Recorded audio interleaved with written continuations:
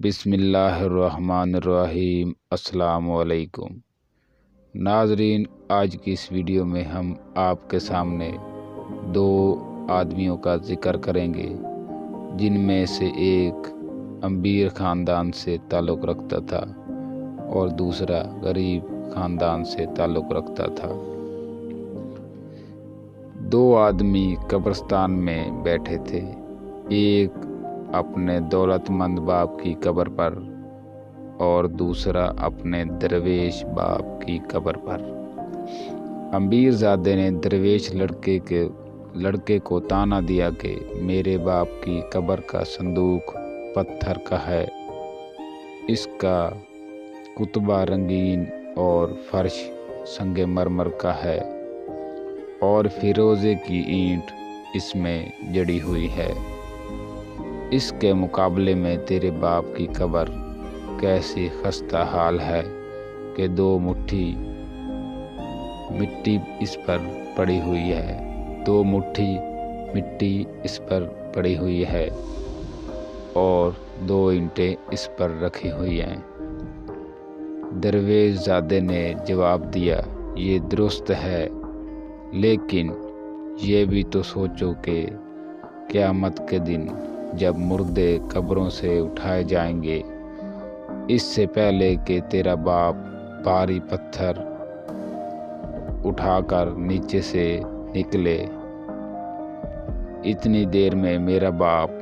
بہشت میں پہنچ چکا ہوگا۔ اس لیے ناظرین، ہمیں چاہیے کہ اپنے والدین کی قبر پر زیادہ قیمتی پتھر جوہرات لگانے کی بجائے ان کی قبروں پر جا کر فاتحہ خوانی کیا کریں، اور جن پیسوں سے آپ قیمتی پتھر لے کر، ٹائل وغیرہ لے کر ان کی قبروں پر جڑتے ہیں، ان پیسوں کو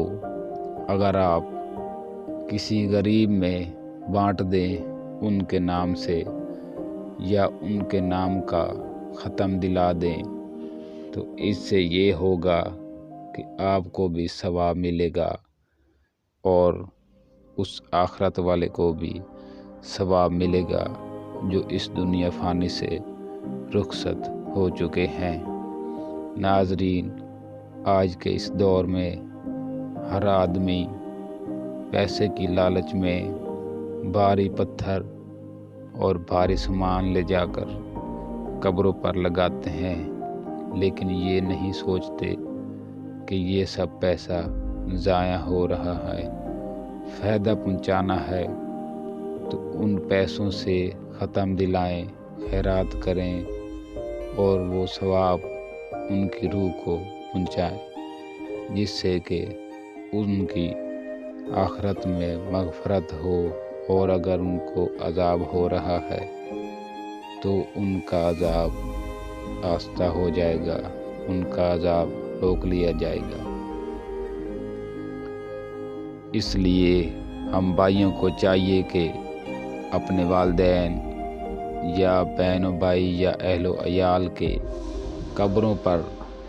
قیمتی پتھر لگانے کی بجائے، قیمتی ٹائلیں لگانے کی بجائے، ان پیسوں سے ہم